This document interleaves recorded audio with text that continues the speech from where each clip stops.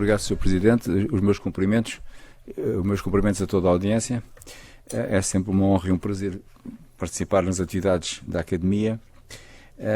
E, portanto, Sr. Presidente, Sr. Vice-Presidente, Srs. Almirantes, senhoras e senhores académicos, minhas senhoras e meus senhores, eu vou falar hoje sobre o direito dos conflitos armados e vou colocar três questões prévias. Uma delas é que o subtítulo, a proteção das vítimas da guerra, significa que vou reduzir o âmbito da minha comunicação à proteção das vítimas da guerra, deixando de fora imensos campos do direito dos conflitos armados, designadamente o direito à neutralidade e outras coisas. Em segundo lugar, o direito dos conflitos armados contrapõe-se ao direito, é um direito da guerra que se contrapõe ao direito da paz.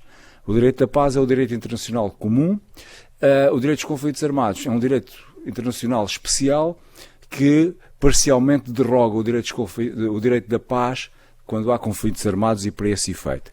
Em terceiro lugar, o direito dos conflitos armados é o ius in bello, que se distingue do ius ad bellum, ou seja, o direito dos conflitos armados só opera quando o conflito já se iniciou, enquanto que o designado ius ad bellum é aquela área do direito que legitima as guerras, é aquele direito em que os Estados vão encontrar fundamentos para recorrer à guerra.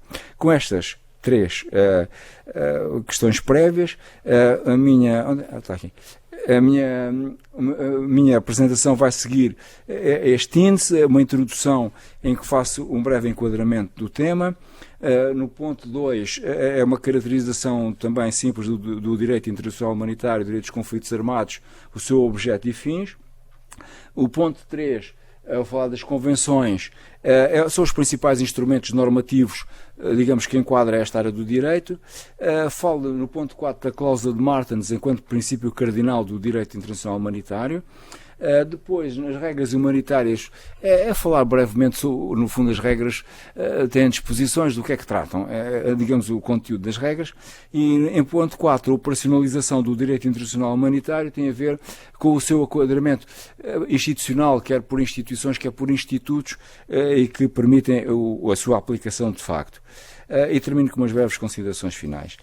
Eu vou ler para não perder e para o tempo não fugir.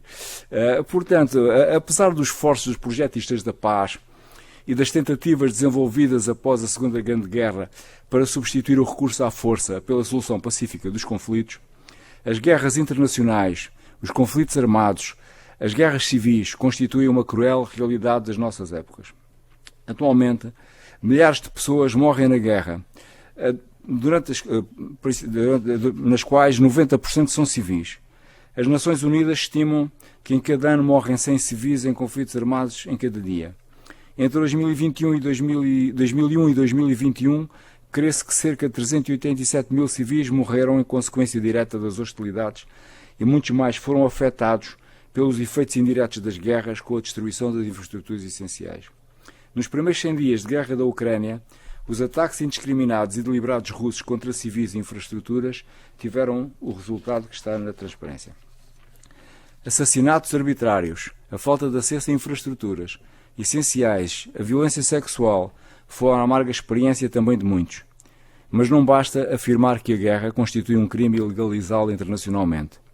O facto desta dever ser prevenida e punida não deve impedir o tratamento dos males que ela causa. Ora, esse é o objetivo que é prosseguido através do direito dos conflitos armados ou direito internacional humanitário, que, em nome dos princípios da humanidade e da essencial dignidade da pessoa humana, reconhecidos por qualquer forma de civilização, visa proteger as pessoas que se encontram numa situação de perigo devido à violência causada pela guerra. Parece, contudo, paradoxal humanizar a guerra. Falar de direito internacional humanitário e direito dos conflitos armados parece absurdo, quando a guerra é por natureza refratária ao direito. Ou pior, podia inculcar que há guerras limpas. Era esta última questão que Frederic Passy, pacifista e primeiro Prémio Nobel da Paz em 1901, execo com Henri Dunant, fundador da Cruz Vermelha, por isso é que está o retrato do Henri Dunant ali também, suscitava ao afirmar em relação ao direito dos conflitos armados: não se humaniza a carnificina, condenamo-la porque se humaniza. Ou seja, os humanitaristas extremos são, afinal, os piores inimigos do direito internacional humanitário. Alguns teóricos, na linha do legado maquiavélico, como Luder ou Ludendorff, que influenciaram o pensamento alemão em 1914, defendiam que o exercício do poder militar não devia estar sujeito aos usos e costumes da guerra. Prevalecia a razão de guerra num paralelo com a razão de Estado. Contudo, a codificação do direito da guerra, a prática dos Estados e a jurisprudência constante dos tribunais nacionais e internacionais foi notoriamente em sentido contrário. Encontram-se nas mais antigas civilizações referências a regras humanitárias para mitigar os horrores da guerra. Acordos sobre prisioneiros de guerra no Egito, cerca de 1400 anos antes de Cristo, proibição do uso de setas envenenadas pelo Código Manu na Índia, cerca de 500 anos antes de Cristo. A paz de Deus, com a inviolabilidade das igrejas, dos mosteiros, dos pobres, dos clérigos, dos peregrinos, dos agricultores e dos seus bens. As tréguas de Deus proibindo os combates durante certas épocas do calendário litúrgico foram os primeiros institutos humanitários. O segundo concílio de Laterão, 1139, proibiu a besta como arma não cristã, e o terceiro determinou o tratamento humano dos prisioneiros de guerra. Porém, só com o iluminismo se afirmaram e difundiram os princípios humanitários baseados na razão e nos direitos do homem anteriores ao próprio Estado, tais como o direito à vida, sobre a qual ninguém tem qualquer direito. É posto ainda em causa o critério da guerra justa, mas se a guerra ocorrer, deve limitar-se aos combatentes e poupar a população civil. Com o desenvolvimento de armas mais mortíferas e o conceito de nação em armas nascido da Revolução Francesa, os soldados são enviados para os campos de batalha para morrerem aos milhares. Daí que se comecem a desenvolver esforços para tornar a impor limites à guerra, retornando-se ao respeito pelos usos e costumes da guerra. Uma das mais notáveis iniciativas foi o Código Liber, relativo às leis e costumes da guerra, preparado por Francis Liber e promulgado pelo presidente Lincoln como General Orders número 100, de 24 de abril de 1863, para as tropas da União durante a Guerra Civil Americana, que, apesar de tudo, terminou com 760 mil mortos. Na Guerra da Crimeia, 1854-56, e na Campanha de Itália, 1859, 60% dos feridos morria por falta de cuidados. Na Batalha de Solferino, em 24 de junho de 1859, 40 mil soldados foram deixados sem cuidados no campo de batalha.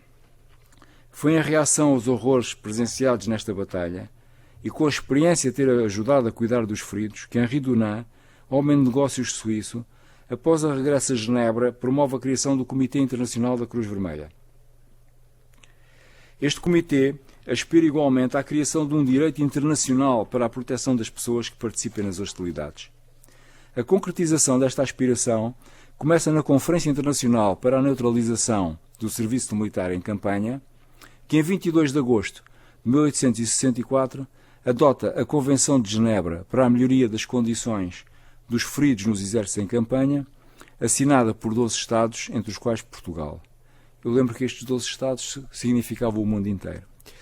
É o início de um forte movimento de codificação dos usos e costumes da guerra, que está na gênese do direito internacional humanitário, tal como hoje o conhecemos. Os objetivos do direito internacional humanitário são muito limitados, devendo ser visto como uma reação aos horrores da guerra, que no terreno das hostilidades tem permitido ajudar as vítimas dos conflitos armados. Na impossibilidade de suprimir a guerra, procuram menos humanizá-la, por um lado, mitigando o sofrimento que ela causa, regulamentando os meios e métodos de combate.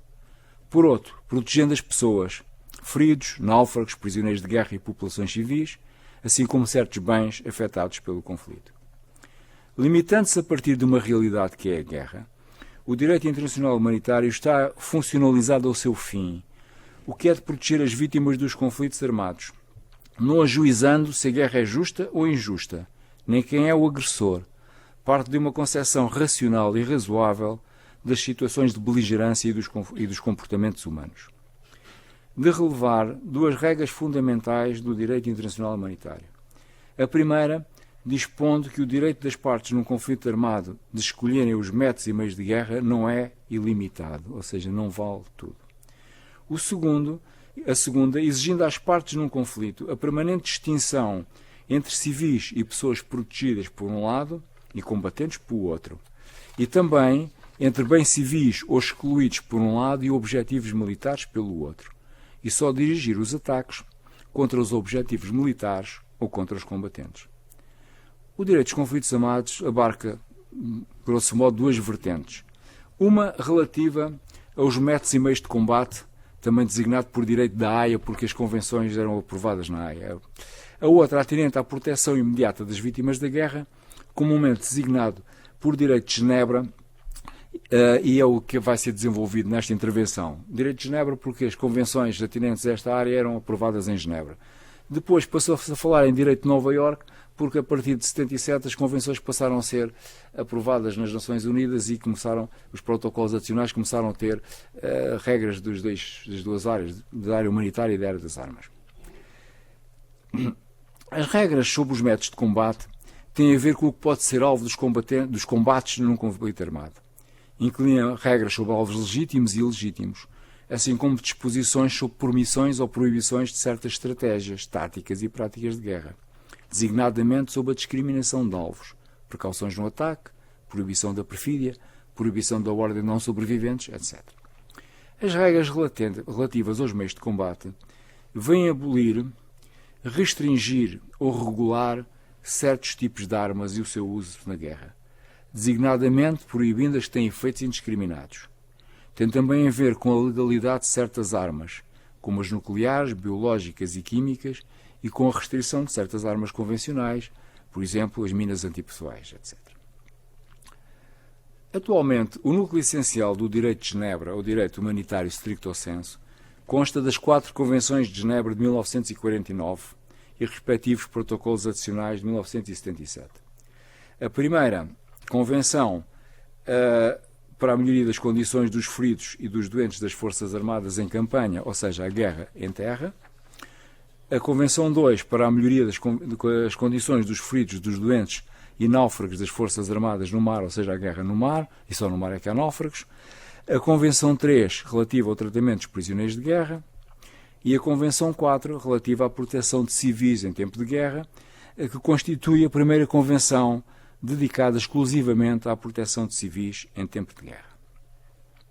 Sendo esta a situação em 1949, a evolução posterior obrigou a rever o direito aplicável aos conflitos armados. Tratou-se do esbatimento do conceito de guerra, com a proliferação de conflitos armados não internacionais, de descolonização, revolucionários e de guerrilha, de guerras de secessão, de ocupações de territórios, etc. Sendo que numerosos Estados, fruto da descolonização, pretendiam fazer valer as suas concessões. Em particular, certos conflitos suscitavam dúvidas sobre o seu caráter internacional, assim como a proliferação das guerras de guerrilha levantou a questão sobre a aplicação do direito internacional humanitário, especialmente no que se refere ao estatuto do combatente. A resposta a esta e outras questões foi encontrada nos 2 protocolos adicionais, número 1 e número 2, de 1977, adicionais às Convenções de Genebra de 1949, que se destinam a complementá-las e não a substituí-las ou a revê-las, mas antes a reafirmar e precisar os seus comandos e agora sob a influência do direito dos direitos humanos. O Protocolo 1 tem a ver com a proteção das vítimas dos conflitos armados internacionais. Incorpora um largo número de disposições relativas à proteção de feridos, de doentes, de náufragos, métodos e meios de combate e à população civil e a bens civis da população. As suas disposições são em grande parte direito consuetudinário e complementam não só as 4 Convenções de Genebra de 1949, como também outros acordos, como os regulamentos anexos à Convenção 4 da Haia de 1907 sobre os usos e costumes da guerra. Este protocolo contém algumas disposições inovadoras, das quais se realçam 5. 1. Detalha com um pormenor sem precedentes a regra sobre a discriminação dos alvos num ataque. Vem proibir as represálias de qualquer tipo. Alarga o âmbito de aplicação das 4 Convenções de Genebra de 1949, classificando como conflito internacional os conflitos armados contra a dominação colonial e a ocupação estrangeira e contra os regimes racistas no exercício do direito à autodeterminação. Estas disposições são uma tentativa de trazer certos conflitos armados para o âmbito mais desenvolvido do regime aplicável aos conflitos armados internacionais. Alarga a proteção dos prisioneiros de guerra, a categoria dos combatentes legítimos foi alargada de forma muito significativa. Já eram reconhecidos como tal os combatentes dos movimentos de resistência desde 1949. O Protocolo 1 vem agora estender a condição de combatente legal a certos tipos de guerrilha, modificando as exigências de sinais e emblemas e usar armas abertamente nos ataques. Também vem introduzir a proteção aos espiões e mercenários, dispondo que os mercenários não têm o direito de ser considerados prisioneiros de guerra, e tenta pela primeira vez definir mercenários.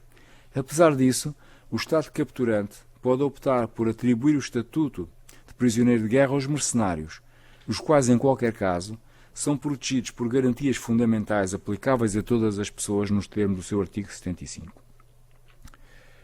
O Protocolo 2 desenvolve e completa o artigo 3 comum das 4 Convenções de Genebra. Elas têm um artigo 3 comum que estabelece as condições humanitárias mínimas, que são o respeito pela vida, o respeito pela integridade física e psíquica das pessoas e pela sua essencial dignidade, e as garantias judiciais.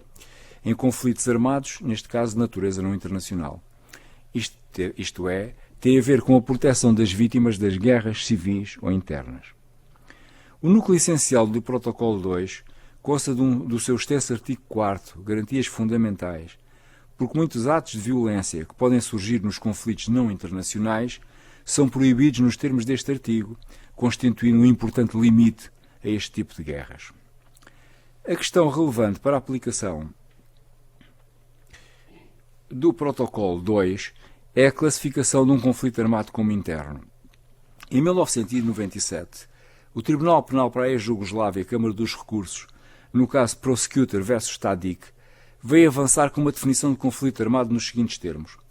Existe um conflito armado sempre que há recurso à força armada entre Estados. Isto são os conflitos armados de natureza internacional. Ou violência armada prolongada entre autoridades governamentais e grupos armados organizados, ou entre estes grupos dentro do Estado. São os conflitos armados de natureza não internacionais. O Tribunal vem assim, de uma forma permanente e jurídica, estabelecer um critério de distinção entre conflitos armados internacionais e não internacionais.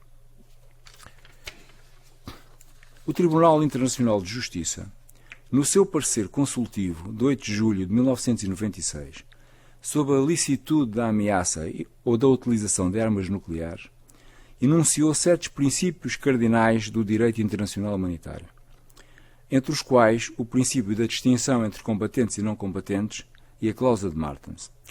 Esta cláusula consta hoje das principais convenções de direito internacional humanitário e dispõe, nos casos não previstos nas convenções, os civis e os combatentes ficam sob a salvaguarda e sob o império dos princípios do direito internacional, tais como decorrem dos costumes estabelecidos, dos princípios da humanidade e dos ditames da consciência pública. Estas disposições vêm confirmar a obrigação de aplicar regras especiais de proteção dos direitos dos indivíduos num conflito armado. E, mais importante, permitem colmatar as insuficiências das codificações, garantindo sempre um mínimo de proteção à pessoa humana. O direito dos conflitos armados, ou direito internacional humanitário, integra regras sobre armas, regras sobre métodos de combate e regras humanitárias. Estas vêm de uma forma imediata visar a proteção das vítimas dos conflitos armados e da guerra. As regras humanitárias inspiram-se no sentimento de humanidade e estão concentradas na proteção do indivíduo, sendo habitual considerar duas vertentes, duas perspectivas, a da vítima e do combatente. Do lado da vítima, temos as regras respeitantes à proteção dos feridos, dos doentes e dos náufragos, preocupações estas que estiveram na origem do direito internacional humanitário, assim como a proteção da população civil. Pelo seu caráter instrumental, à proteção daquelas pessoas, surgem também regras para a proteção do pessoal médico e sanitário, dos hospitais, dos navios hospitais, dos meios aéreos sanitários, das ambulâncias e das atividades que lhe são inerentes. A população civil, sempre a maior vítima dos conflitos armados, deve ser poupada em todas as circunstâncias e não devem ser usadas como escudo humano. São proibidas penas coletivas assim como pilhagens, represálias e tomadas de reféns. Acrescem mecanismos de proteção das populações civis, tais como zonas desmilitarizadas, cidades abertas e passagens de alimentos. Estão previstas medidas para proteger certas categorias, em especial caso das mulheres não combatentes e crianças, os jornalistas, apátridas, estrangeiros no território de um Estado em conflito armado, habitantes dos territórios ocupados e pessoas internadas são também abrangidos por aqueles mecanismos de proteção. São igualmente protegidos certos bens afetados pelo conflito armado, de natureza cultural, com relevância ambiental e os indispensáveis à sobrevivência da população civil. Na ação militar, o objetivo é mitigar os danos no âmbito das nossas forças, das nossas operações, e proteger os civis da ação dos outros. Isto consegue-se fixando orientação política, desenvolvendo doutrina militar em conformidade, estabelecendo os consequentes procedimentos operacionais padrão e dando adequada formação e treino aos militares. Do lado do combatente, a questão fundamental é a sua distinção da população civil, porque são estabelecidas regras sobre o combatente legítimo, que se têm vindo a tornar mais flexíveis, bastando para garantir este estatuto que os beligerantes usem armas abertamente durante os encontros e nas deslocações que precedem imediatamente esses encontros. Importa reter que se uma pessoa participante nas hostilidades cair no poder do adversário, deve presumir-se que é um prisioneiro de guerra e, portanto, beneficiar da proteção da Convenção 3 de Genebra. Se houver dúvidas quanto à sua qualificação, ele deve ser mantido o estatuto de prisioneiro de guerra até a sua situação ser definida por um tribunal judicial competente. Por último, temos uma detalhada regulamentação sobre a proteção dos prisioneiros de guerra, havendo aqui uma conexão com o lado do combatente, pois só os combatentes legítimos podem obter o estatuto de prisioneiro de guerra. A operacionalização do direito internacional humanitário passa pela intervenção de certas organizações internacionais, pela sua articulação com os outros sistemas de proteção da pessoa humana e pelo controle da sua aplicação, designadamente através da tutela pelo direito criminal internacional. O envolvimento das Nações Unidas na proteção dos direitos humanos nas situações de conflito armado tem expressão em numerosas resoluções, com realce para a Resolução 2444 de 1969, que reitera o respeito pelos direitos humanos pelos conflitos armados. Reafirma regras e princípios do direito internacional humanitário. Igualmente, o Boletim do Secretário-Geral de 1999 estabelece a observância do direito internacional humanitário pelas forças da ONU. Por último, as convenções do direito internacional humanitário passaram a ser adotadas no âmbito das Nações Unidas, de que são exemplos os referidos protocolos 1 e 2 de 77 adicionais às Convenções de Genebra de 49. Em relação à NATO, importa referir o Stanago 2449, relativo ao treino em direito dos conflitos armados. Aí estão consagradas as obrigações dos Estados-membros em matéria de direito internacional humanitário, padrões de treino, obrigações de assessoria jurídica aos comandantes, etc. É nele assumida a obrigação de aplicação do direito internacional em guerra e conflitos armados, em caso de ocupações e de operações da NATO. Recentemente, a NATO adotou uma política para a proteção de civis, na Cimeira de Varsóvia de 2016, a que se seguiu um conceito militar em 2018, tendo depois, e em 2020 um manual de implementação. Depois disso, realizaram-se uma série de exercícios para testar as forças da NATO neste domínio. A Cruz Vermelha tem por objetivos a proteção e assistência à vítima dos conflitos armados. A Cruz Vermelha só intervém com o consentimento dos Estados e no respeito pela sua soberania, não se permitindo qualquer ingerência nos seus assuntos internos e agindo sempre no interesse das vítimas. Em contrapartida, beneficia de total imunidade, mesmo no campo de batalha. Chama a atenção só para este losango no fim, que vem do protocolo 3 adicional às Convenções de Genebra de 49, o protocolo é de 2005, é um novo símbolo laico da Cruz Vermelha, não é assim que se designa, mas é designado informalmente por o cristal vermelho. Portanto, onde ver que aparecem agora em todos os lados o leão e o sol, desde que a Pérsia desapareceu, deixou de aparecer, aparece o crescente vermelho, a cruz vermelha e o cristal vermelho.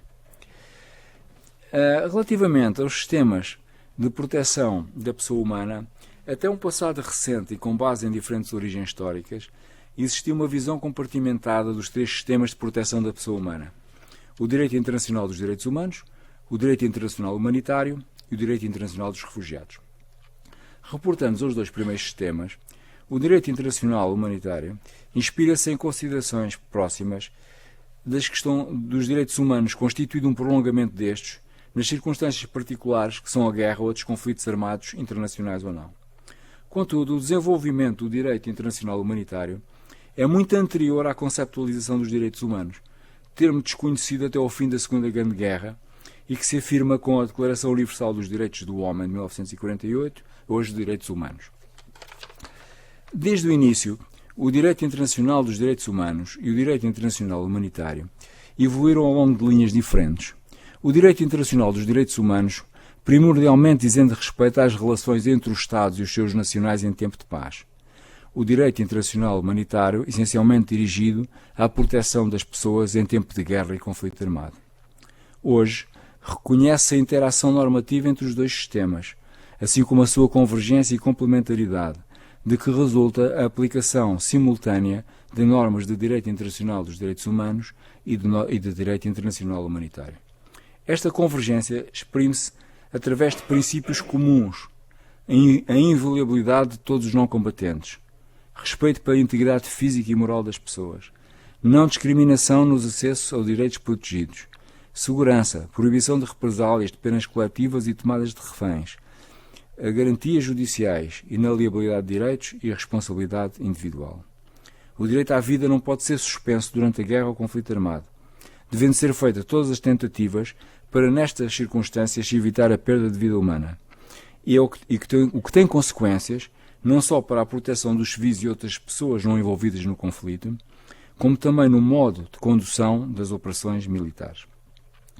O direito internacional humanitário proíbe a derrogação em qualquer circunstância dos direitos humanos mais importantes: o direito à vida e à integridade física e psíquica e às garantias judiciais.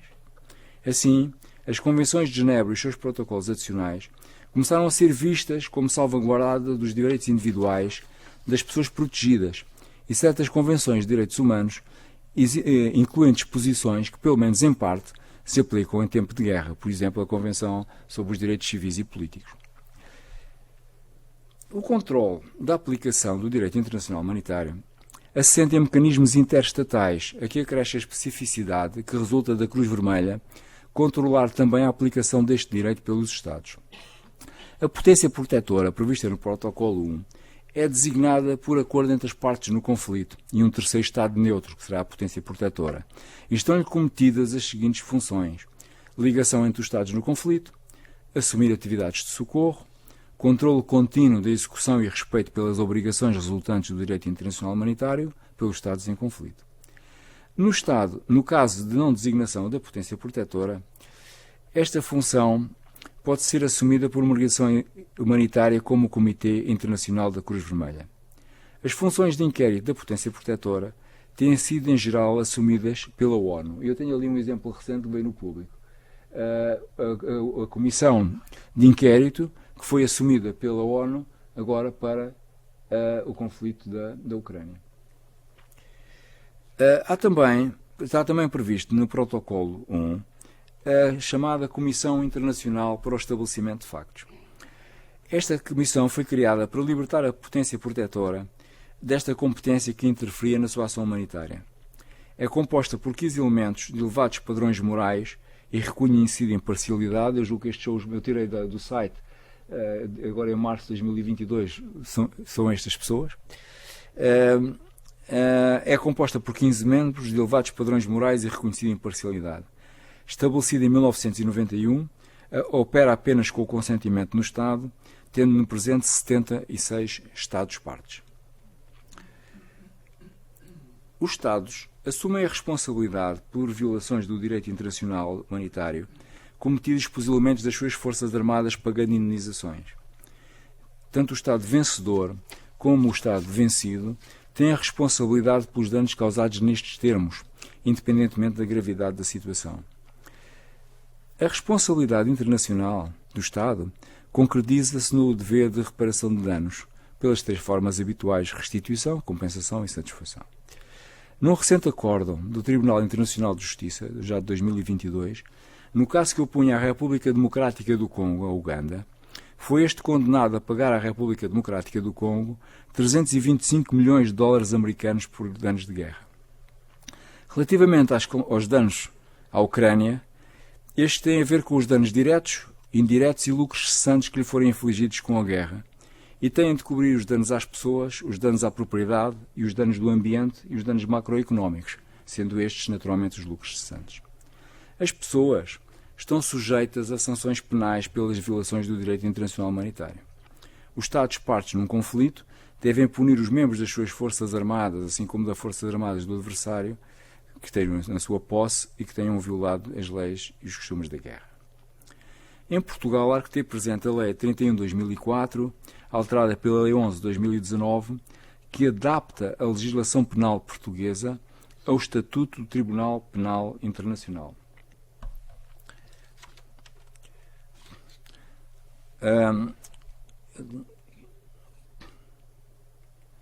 Ao Tribunal Penal Internacional, tipificando os factos que constituem crimes de violação do direito internacional humanitário, assim como o Código de Justiça Militar, aprovado pela Lei 100 de 2003, onde estão previstos e punidos os crimes de guerra. Em ambos os dispositivos se estabelece, na linha dos pertinentes instrumentos internacionais, que os crimes de guerra são imprescritíveis. Têm igualmente sido estabelecidos tribunais internacionais para este efeito, desde logo o estabelecido pelo Tratado de Versalhes para julgar o Kaiser no fim da Primeira Guerra Mundial, os tribunais de Nuremberg e de Tóquio no fim da Segunda Guerra Mundial, o Tribunal Internacional para a Jugoslávia em 1993, o Tribunal Internacional para o Ruanda, o Tribunal Penal Internacional para o Ruanda em 1994. Por último, o Tribunal Penal Internacional, cujo estatuto entrou em vigor, o Estatuto de Roma é de 1998, o estatuto entrou em vigor em 2002 com a ratificação de 66 Estados. É o primeiro tribunal permanente para julgar crimes de guerra. Atua quando os sistemas nacionais não funcionam e pune os crimes de genocídio, crimes contra a humanidade, crimes de guerra e de agressão. O Estatuto do Tribunal Penal Internacional define como crimes de guerra violações graves das Convenções de Genebra de 12 de agosto de 1949, violações graves das leis e costumes da guerra aplicáveis aos conflitos armados. Para terminar, nada indica que num horizonte temporal previsível seja eliminada a guerra, aquela calamidade composta de todas as calamidades, nas palavras do Padre António Vieira. Continuam a verificar-se gravíssimas violações do direito internacional humanitário, não raramente caindo na barbárie do genocídio, dos crimes contra a humanidade e dos crimes de guerra, ou de uma forma mais surpreendente no de respeito de nações ditas civilizadas pelos direitos fundamentais à vida, à integridade física e às garantias judiciais. Hugo Grotius, referindo-se às atrocidades cometidas em tempo de guerra, concluía que muitas coisas dizem-se legais ou admissíveis pela simples razão que são feitas com impunidade. É contra esta impunidade que os Estados devem agir, e no limite, o Tribunal Penal Internacional. Também muitas violações do direito internacional humanitário resultam do seu desconhecimento e daí a necessidade da permanente formação e treino dos militares neste domínio, até para a sua própria proteção. A proteção das vítimas da guerra, em especial as civis, não é algo que possa ser incorporado no último momento. Antes precisa de abordagens bem testadas, de mentalidades solidárias e de capacidades no terreno. O direito internacional humanitário tem que ser incluído nas operações militares desde logo a fase do planeamento. Jean Pictet definia o direito natural, fonte do direito humanitário, como o conjunto dos direitos que cada homem reivindica para si e ao mesmo tempo está disposto a conceder aos outros. É este o grande desafio do direito internacional humanitário. Os imperativos da vitória não nos podem despojar da nossa humanidade. E com isto concluo a minha apresentação, Sr. Presidente, e fico à disposição para qualquer comentário.